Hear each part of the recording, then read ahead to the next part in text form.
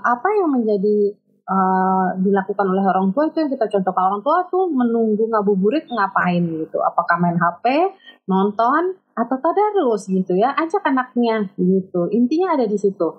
Jadi kalau kita nih mau di keluarga kita pengennya ngabuburitnya benar-benar quality ya, jadi kita baca nih Quran, ajak anaknya gitu. Insya Allah nggak akan bosan dia anak bersama-sama dengan orang tuanya. Atau biasanya orang tuanya sekeluarga tidur aja gitu, nunggu seharian ya tidur dia anaknya gitu Bu. Jadi intinya di situ ya.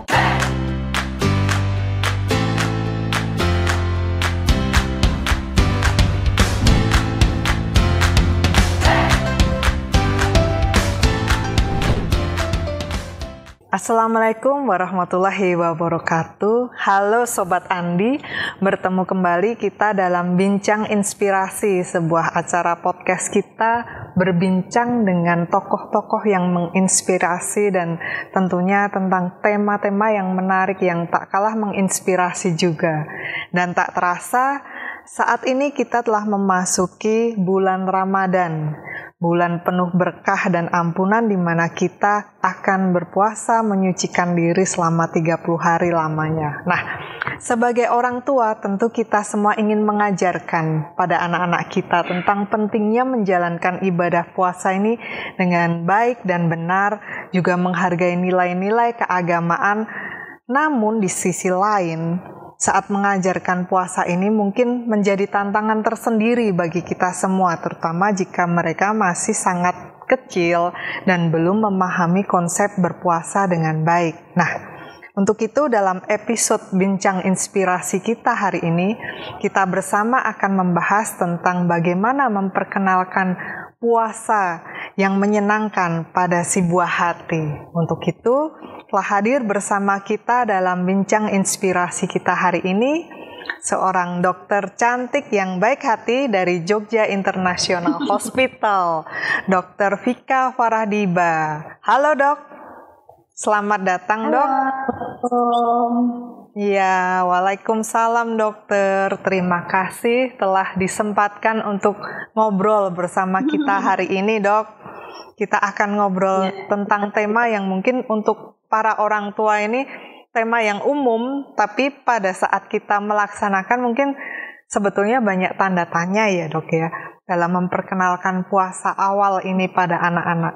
Nah Dok, mungkin untuk mengawali perbincangan kita hari ini, saya akan membuka dengan satu pertanyaan Dok, karena kita semua tentunya ingin memperkenalkan puasa ini pada buah hati kita di waktu dan usia yang juga tepat. Jika mungkin dalam berpuasa sendiri kita bersama mengetahui ada patokan dasar kita bahwa anak-anak akan memasuki atau mulai berpuasa pada saat memasuki masa pubertas. Nah, tapi di sisi lain tentunya kita ingin memperkenalkan puasa ini ya Dok lebih dini pada anak-anak kita, tentang apa itu puasa, dan tentunya kita juga ingin memberikan kenangan yang menyenangkan bagi anak-anak kita tentang puasa pertama kita. Nah, mungkin dokter bisa sharing ke kita untuk usia awal memperkenalkan puasa ini sendiri pada anak-anak. Kan beragam Dok, ada yang mulai memperkenalkan di usia 6, 7, atau 8. Nah, dari sisi medis sendiri mungkin dokter bisa berbagi kepada kita usia ideal untuk memperkenalkan puasa pada anak itu di usia berapa Dok? Ya, terima kasih Mbak Dwi. Jadi memang sudah mau memasuki bulan Ramadan ya, jadi benar-benar udah mulai siap-siap nih ngajak anaknya puasa. Nah, puasa sendiri itu memang benar ya, ada faktor kesehatan fisik yang harus siapkan, juga jangan lupa ada kesehatan mental gitu ya. Jadi puasa itu kan juga tidak hanya menahan lapar dan haus, tapi juga ada ibadah-ibadah yang harus dilakukan, dan juga dia itu ada menahan amarah, harus bersabar gitu ya, hal-hal seperti itu. Selain ritual ibadah yang banyak sekali dilakukan di bulan Ramadan, sehingga memang dalam dua hal ini harus disiapkan dua-duanya, baik kesehatan fisik maupun kesehatan mental seorang anak. Nah, kesehatan mental seorang anak itu kapan yang bersiapkan? Sedini mungkin, benar sekali tadi yang Mbak Dwi ya. Jadi awalnya itu kita bisa saja mengajak anak-anak itu sejak dari balita, itu untuk mengenali dulu suasana bulan Ramadan yang pastinya berubah ya seperti daripada hari-hari biasanya. Jadi misalnya berbuka bersama, lalu kemudian tarawih bersama, lalu tadarus bersama keluarga atau di masjid gitu ya. Jadi kita kenalin dulu tuh tadi suasana Ramadannya supaya anak ini siap mentalnya. Lalu kemudian kita beri pengertian ya, pemahaman apa itu puasa, kenapa berpuasa, manfaatnya, lalu bagaimana tata caranya. Nah, lalu baru kita ajarin dia bertahap-tahap puasa ya. Jadi bisa saja di usia 5-6 tahun itu sudah boleh saja diajakin buka dulu, lalu bangun sahurnya, ya, begitu. Jadi membiasakan ritualnya, ibadahnya dulu. Lalu dia squatnya kapan nih? Squatnya dia puasa. Ya sebisanya dia mau bukanya kapan gitu. Jangan memaksa. Lalu kemudian fixnya seorang anak itu baru benar-benar mulai puasa yang 12 jam. Nah, kapan sih patokannya? Sebenarnya nggak ada usia patokan ya, karena kalau mengingat tadi ya memang kewajiban dia adalah saat akil balik.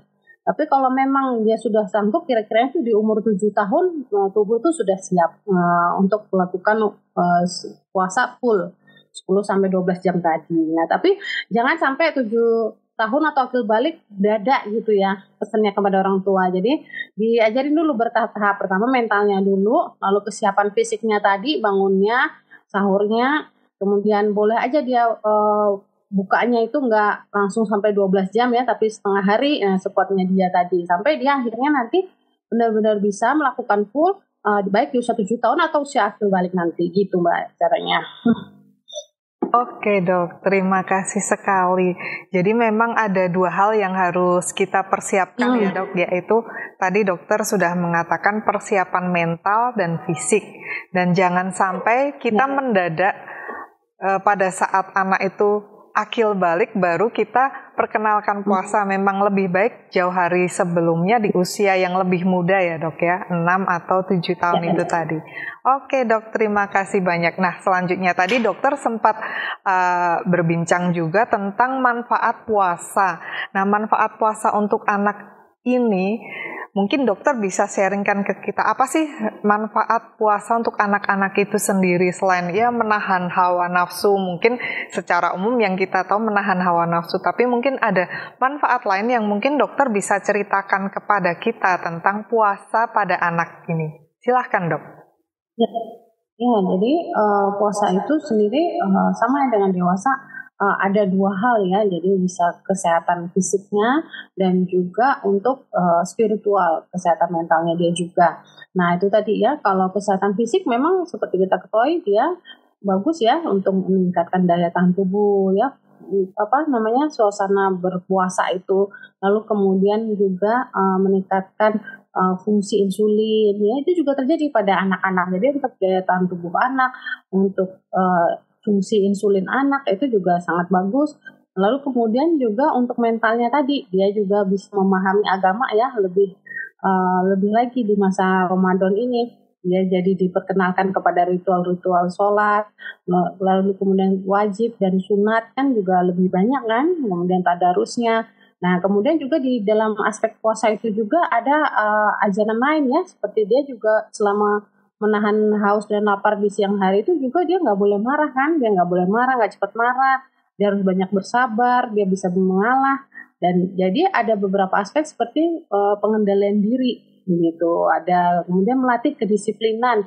Disiplinannya apa ya tadi, sahur dan berbuka, bangun pada saat sahur, makannya pada saat buka, tarawihnya gitu ya. Jadi sangat banyak sekali manfaatnya, baik itu dalam untuk dari sisi kesehatan, juga spiritual dan juga mental tadi Mbak gitu. Itu manfaatnya untuk anak-anak juga. Ya, oke dok, terima kasih banyak. Ternyata banyak ya dok manfaat untuk anak-anak kita saat kita mengajarkan puasa ini sejak dini pada mereka. Nah mungkin dokter juga bisa cerita nih, pada saat anak puasa tentunya metabolisme dan organ pencernaan mereka kan tidak dalam kondisi seperti biasanya. Nah apa sih dok yang terjadi dengan metabolisme tubuh anak-anak kita pada saat berpuasa ini? Apakah ada efek-efek tertentu atau apakah lambungnya aman, Dok? Dan seterusnya mungkin dokter bisa menceritakan itu pada kita. Iya, benar sekali Mbak. Jadi metabolisme tubuh saat berpuasa itu memang sudah dipersiapkan ya oleh Sang Pencipta gitu, bahwa pasti bisa gitu ya, pasti bisa bertahan. Jadi step-stepnya itu pada saat kita makan sahur, kita kan sudah makan ya, dianjurkan makanannya juga yang bisa mempertahankan kadar gula darah lebih lama. Nanti kita bahas ya makanan sahur bagusnya apa ya. Jadi di situ pada saat kita sudah mulai berpuasa, setelah sahur 4 jam kita masih punya cadangan makanan tadi yang di dalam gula darah. Lalu lewat dari itu maka tubuh akan memecah ya cadangan gula di dalam hati gitu. Sekitar 10 sampai 12 jam itu masih ada makanan dari protein dan lemaknya. Nah, bahkan sampai puasa 16 jam mungkin di negara-negara lain yang lebih panjang ya, durasi siangnya itu juga masih bisa bertahan. Jadi untuk tubuh kita sendiri itu masih bisa ya ada metabolismenya, sehingga kita bisa bertahan misalnya tidak makan dalam sekitar 10 sampai 12 jam berpuasa di Indonesia. Nah, itu juga terjadi pada anak-anak. Bahkan juga tubuh kita itu malah untuk fungsi insulin itu justru kan salah satu-satunya hormon yang mempertahankan gula darah ya. Nah, dia bisa istirahat gitu selama 10 sampai 12 jam. Bayangin aja nih, si insulin ini sehari-hari ya, tiap hari itu kerjanya mecah gula terus gitu, karena kita kan makan terus. Nah, pada saat puasa istirahat. Nah, ini sangat bagus. Kenapa? Karena yang terus-terusan bekerja itu akan menyebabkan resistensi insulin, bisa meningkatkan DM ya, diabetes mellitus. Nah, pada saat puasa dia istirahat, karena kan dia nggak memecah makanan, tetapi yang memecah adalah hormon-hormon lain tadi, bisa dari cadangan dalam hati, bisa cadangan lemak dan protein gitu. Jadi insulin tuh bisa maksimal nanti setelah berpuasa kerjanya, karena dia benar-benar bisa istirahat pada masa puasa ini. Terima kasih. Jadi banyak sekali manfaat dari sisi medisnya, dari sisi metabolisme dan lain-lain. Nah, sekarang masuk ke tentang pengenalan. Mungkin tadi dokter sempat jelaskan juga pada kita bahwa memperkenalkan puasa pada anak sendiri ada tahapan-tahapannya. Nah, mungkin dokter bisa cerita lebih detail nih, Dok. Tahapan-tahapan kita memperkenalkan puasa pada anak ini apa saja sih, Dok? Dan apa saja yang mungkin harus menjadi perhatian kita orang tua saat memperkenalkan puasa pada anak-anak kita? Silahkan, Dok. Ya, jadi untuk orang tua ya, untuk memperkenalkan puasa itu yang penting pertama jangan memaksa anak. Lalu kita memberikan contoh juga gitu. Misalnya pada saat bangun, sahur, siapkanlah makanan-makanan yang dia suka. Lalu kemudian saat berbuka juga ya apa favorit makanan dia, dan lihat apakah dia itu sudah capek atau dia nggak sanggup di siang hari ya. Kita lihat ketahanan anak itu ya, tubuh anak itu sendiri, apakah dia sehat atau tidak, sakit atau tidak. Nah, itu juga pada waktu pertama perkenalan tahapan puasa ini kita harus memperhatikan hal-hal seperti itu ya. Tidak memaksa anak, kesehatan anak, lalu kemudian tadi ya bertahap-tahap ya, nggak langsung harus puasa full 10-12 jam gitu enggak ya. Jadi di usia balita kenalkan dulu ritualnya, suasananya, karena kan pasti berbeda dengan hari-hari biasa ya. Lalu beri pemahaman kepada anak tentang manfaat-manfaat puasa itu, lalu kemudian kegiatan-kegiatan apa yang dilakukan di masa puasa. Nah, setelah lakukan bertahap, lakukan latihannya, perhatikan kesehatannya, tidak memaksa anak, lalu kemudian juga berikan makanan-makanan atau siapkan hal-hal yang disukai anak, jadi dia semangat gitu, bangun sahurnya semangat, bukanya juga semangat gitu, dan beri contoh ya, jangan lupa beri contoh, jadi bareng-bareng mengerjakannya bersama-sama, buka sahurnya, sholat tarawihnya bersama-sama, tadarus Qur'annya juga sama-sama gitu. Jadi itu tahapan-tahapan pengalaman puasa anak ya. Jadi dibuat menyenangkan mungkin, menyenangkan, bertahap-tahap, tidak memaksa anak seperti itu. Terima kasih, Dok. Jadi tadi tahapan-tahapannya yang terpenting salah satunya yang saya tangkap kuncinya adalah bagaimana tahapan-tahapan tersebut kita perkenalkan dengan cara yang menyenangkan untuk anak-anak kita ya, Dok ya. Nah, di situ tadi juga dokter sempat menyinggung tentang makanan kesukaan anak. Jadi bagaimana memotivasi mereka, yaitu dengan salah satunya menghadirkan makanan kesukaan mereka. Nah, untuk anak-anak yang berpuasa ini dok, apakah ada menu khusus atau makanan yang sebaiknya kita sediakan untuk menemani puasa si kecil ini? Mungkin dokter bisa memberikan masukan kepada kita, menu sahur itu sebaiknya seperti apa? Mungkin dokter bisa sharingkan kepada kita. Silahkan dok. Iya, benar sekali. Jadi tadi kan sesuai dengan metabolisme tubuh tadi ya, kita kan tetap harus melakukan sahur ya. Kemudian dianjurkan dari IDAI, Ikatan Dokter Anak Indonesia itu sahurnya tuh pilih dengan indeks glikemik yang rendah atau karbohidrat kompleks ya. Artinya itu karbohidrat yang lebih lama dicerna tubuh, jadi mempertahankan gula darah lebih lama. Contohnya misalnya pilihlah beras merah misalnya gitu ya, atau roti gandum seperti itu. Nah, kemudian serat dan protein itu juga mempertahankan rasa kenyang lebih lama ya. Kalau misalnya karbohidrat kompleks itu mempertahankan gula darah lebih lama, protein dan serat itu mempertahankan rasa kenyang lebih lama. Nah, itu adalah yang wajib dihadirkan di saat sahur.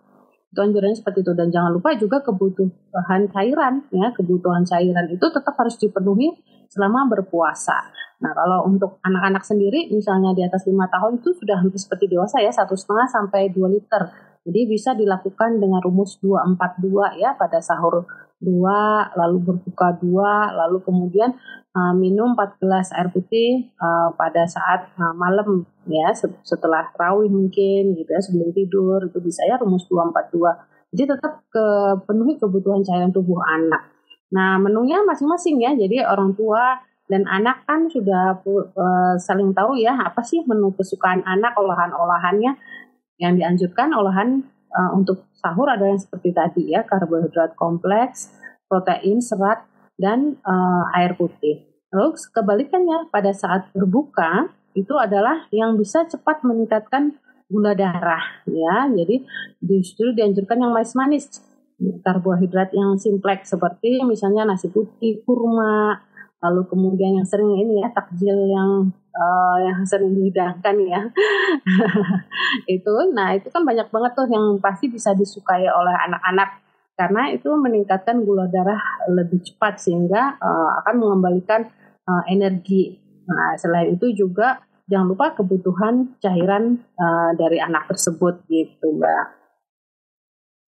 Dok, terima kasih. Lengkap sekali ya. Jadi dokter tadi sudah memberikan menu yang tepat untuk sahur dan berbuka. Jadi berkebalikan ya. Tadi kalau tidak salah saya simak kalau untuk sahur itu sebaiknya yang glikemiknya rendah ya justru. Sedangkan yang untuk berbuka itu yang indeks glikemiknya tinggi. Oke, baik. Terima kasih banyak dok. Nah, untuk anak kita yang mungkin picky eater atau pilih-pilih makanan dok. Nah, ini bagaimana dok menyikapi anak? Jadi kita ingin memperkenalkan puasa ini pada anak kita, sementara anak kita sendiri ini sangat pemilih dalam makanan. Nah, mungkin dokter punya tips dok untuk hal-hal yang seperti ini.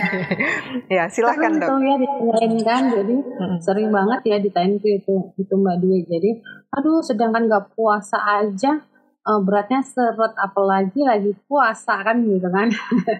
Jadi memang itu salah satu challenge dari orang tua ya, bahwa dia tuh sudah jangan berputus asa mengenalkan berbagai menu dan resep masakan untuk anak gitu.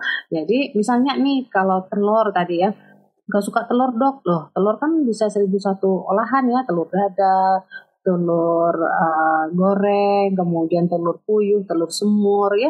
Itu kan protein ya. Protein kan boleh tuh untuk waktu sahur terutama ya harus makan protein untuk menahan rasa kenyang lebih lama ya. Jadi memang kalau picky eater dia kan punya favorit tuh. Anak picky eater tuh punya favorit tertentu. Ya itu memang harus kita kenali dan jangan pernah putus asa mengenalkan 1001 macam masakan atau makanan terhadap anak. Nah gitu ya. Jadi kalau ada mengenalkan menu baru pada anak, rumusnya itu 100 kali malahan. Nah, jadi bukan hanya pada saat sahur dan berbuka sebenarnya problem ini ya. Jadi sehari-harinya, sehari-harinya itu sudah sering yang seperti itu. Nah, jadi mungkin saat ini kita malah bisa mengenalkan menu-menu baru lagi gitu pada saat sahur. Biasanya nggak makan roti gandum atau nggak makan beras merah. Sekarang kita punya menu-menu baru lagi untuk memperkenalkan itu. Lalu waktu berbuka juga banyak banget ya menu-menu takjil, kan resep-resep udah banyak banget beredar. Nah itu sebenarnya kesempatan untuk mengenalkan anak yang suka pilih-pilih tadi dengan berbagai menu gitu Bunda. Jadi jangan malah jadi suatu yang hambatan ya, tapi jadi sesuatu yang semangat gitu. Kita harus mengenalkan menu baru lagi. Ya, oke Dok. Jadi kita harus semangat ya. Anggap ini sebagai tantangan kita ya untuk membuat variasi menu lebih banyak ya. Oke Dok. Nah, kemudian Dok, kalau tadi kita sudah banyak membahas tentang makanan, seputar makanan yang kita persiapkan untuk si kecil. Nah, ini sekarang tentang waktu menunggu. Nah, kadang anak-anak kita pada saat kita perkenalkan puasa di awal-awal itu kan yang mereka tunggu itu kapan ini jam buka mah, masih lama nggak buka puasanya dan lain-lain. Nah, Dok, ada nggak sih tips untuk memberikan aktivitas yang menyenangkan untuk anak-anak agar mereka itu bisa melewatkan waktu dengan senang, menyenangkan, dan aktivitas menunggu mereka ini bukan menjadi aktivitas yang bosen ini nunggu buka puasa lama banget. Nah, mungkin dokter bisa memberikan tips nih ke kita, aktivitas apa sih yang tepat untuk anak-anak kita pada saat berpuasa ini. Silahkan Dok. Nah, jadi tadi sekali lagi ya, pada saat kita melakukan ibadah puasa ini, itu dianjurkan kan orang tua memberi contoh kan ya. Jadi apa yang menjadi dilakukan oleh orang tua itu yang kita contohkan. Orang tua tuh menunggu ngabuburit ngapain gitu, apakah main HP, nonton, atau tadarus gitu ya, ajak anaknya gitu, intinya ada di situ. Jadi kalau kita nih mau di keluarga kita pengennya ngabuburitnya benar-benar quality ya, jadi kita baca nih Quran, ajak anaknya gitu. Insya Allah nggak akan bosan dia anak bersama-sama dengan orang tuanya. Atau biasanya orang tuanya sekeluarga tidur aja gitu, nunggu seharian ya tidur dia anaknya gitu Bu. Jadi intinya di situ ya. Apapun yang dilakukan, pesan saya adalah lakukan bersama-sama, jangan cuma nyuruh anaknya aja yang melakukannya. Nah, nyuruh, misalnya mau dibuat, misalnya kita mau rancang dia belajar ya. Kalau lagi ngabuburit kamu harus belajar, ya belajar bersama sama orang tuanya. Nah dengan begitu nggak akan kerasa waktu itu berlalu. Gitu. Termasuk sahurnya, bangun sahurnya, orang tua juga bangun sahur nggak? Atau cuma mie aja terus tidur lagi? Ya akan begitu juga anaknya Bu, Bapak gitu. Ajarin bareng-bareng bersama-sama. Insya Allah yang apa kita lakukan itu kita ajak anaknya nggak akan merasa kesulitan atau keberatan kalau bareng-bareng bersama kita gitu ya. Sesuai judul kita ya, puasa menyenangkan bagi si kecil, itu adalah orang tua turut serta, memberi contoh, tidak memaksa sekali lagi ya. Dan tanyakan hal-hal apa yang menyenangkan untuk si kecil tadi juga ya, tanyakan pendapatnya dia juga gitu Mbak. Ya, baik Dok, terima kasih banyak ya, banyak sekali yang kita simak dan kita pelajari Dok dalam obrolan kita hari ini. Tidak terasa juga langsung sudah 30 menit Dok waktu kita ngobrol bareng dalam podcast Bincang Inspirasi ini, dan kita bersama-sama sudah mendapat banyak manfaat, banyak ilmu dari Dr. Vika seputar bagaimana memperkenalkan puasa yang menyenangkan. Jadi tidak hanya sehat, tidak hanya aman, tapi yang kita inginkan tentunya pengalaman puasa yang menyenangkan bagi anak-anak kita.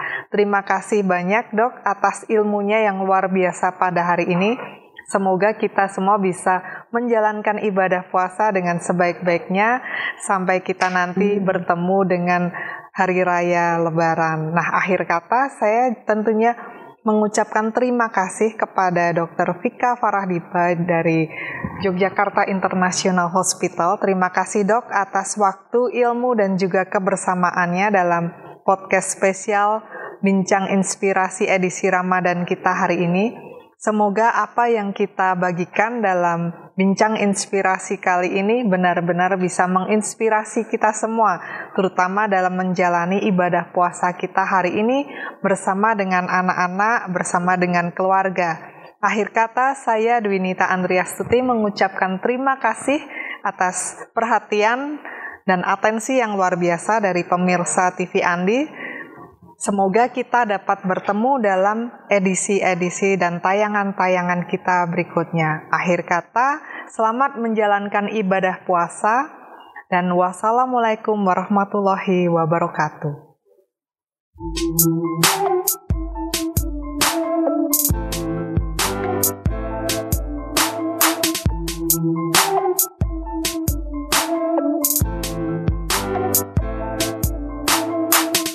Thank you.